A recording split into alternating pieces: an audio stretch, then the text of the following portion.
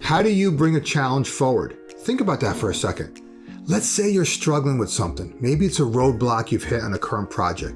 Maybe you identified a step in a process that is no longer working. Or maybe, just maybe, you discovered a problem that you just simply don't know how to solve. See, the list of challenges are endless. They change constantly. What shouldn't change, though, is how you bring issues and challenges forward to others who are in a position to help you. See, sometimes you have to bring a problem to your boss's attention. Sometimes, like, you have to alert a client that, hey, maybe something went wrong. Or sometimes you have to ask a coworker for help.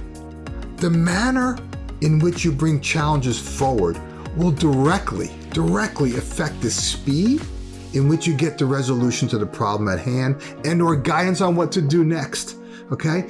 Also, the way you bring challenges forward will either send a positive or negative signal to others about the type of person and leader you are.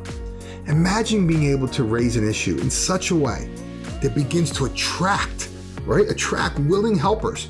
I want to show you how to do just that.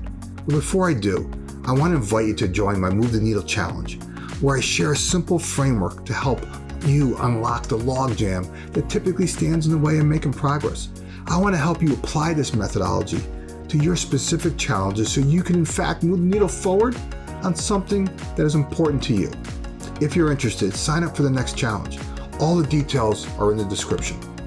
Okay, let me share a technique to raise challenges and issues in such a way that begins to get people interested and willing to help you.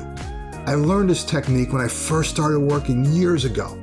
See, earlier in my career, I worked in professional services, and I spent many days at a client site. And our services team had an email alias that we could post questions to when we got stuck. And whenever you emailed your question to this alias, anyone in the world could respond. And I used to monitor this alias constantly. I was always looking to try to pick up a tip or some trick or something, right? And I kept seeing the letters RTFM, and I didn't know what that meant. So I asked a buddy of mine, I was just like, who's at the company longer than I was, and I shared with him, and so it's like, what is this RTFM that people keep responding with? And he goes, it means read the fucking manual. And I was like, oh, okay. Well, I guess I need to be a little bit more careful in how I pose my questions.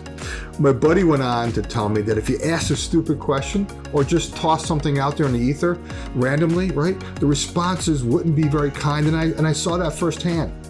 And as I began to observe how people ask questions, I started to notice a trend. Those that just said, how do you do X? And threw their hands up, received like a nasty RTFM response. Those who bitched and moaned about a problem also got an RTFM. I noticed a little different trend though, for those who seemed to get all kinds of help and suggestions. It was how they framed their issue. And the more I studied this, the more I began to reverse engineer their approach. And I want to share that framework with you. In fact, it's quite simple.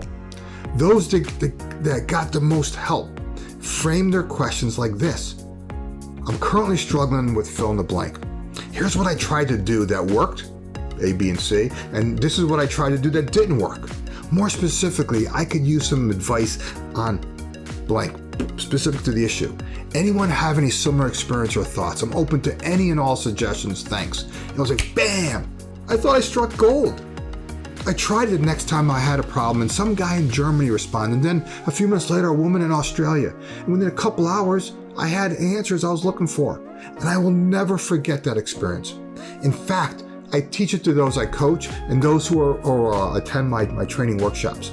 I've used it personally throughout my entire career, and everyone I've ever taught this to has told me they've had a similar experience.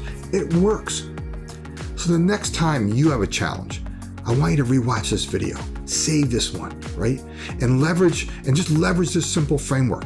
I also, by the way, put a link in the description where you can download a cheat sheet, right? You can literally cut and paste right from my cheat sheet, the framework I just described, into an email and then customize it for your situation. How cool is that? I guarantee others are going to be more willing to help you. And in the process, you will create some newfound allies inside your organization and outside that you can lean on, not just for a problem at hand, but for other challenges that are going to emerge later. If If you want to learn more techniques just like this one, I invite you to register for my next Move the Needle challenge, and I'll help you unlock the logjam on other challenges so you can in fact move the needle forward. It doesn't matter where you are, it doesn't matter what you've done, and in fact, it doesn't matter what you failed to do.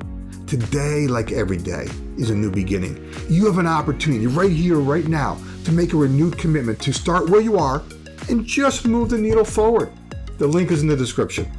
Okay, if you like what I shared today, do me a favor, right? Give it a like. If you found some kind of golden nugget, give it a like. Share a comment that's related to your business. And of course, subscribe, because each week I'm sharing content that will help you lead yourself, lead your team, and scale your business. We'll talk to you soon.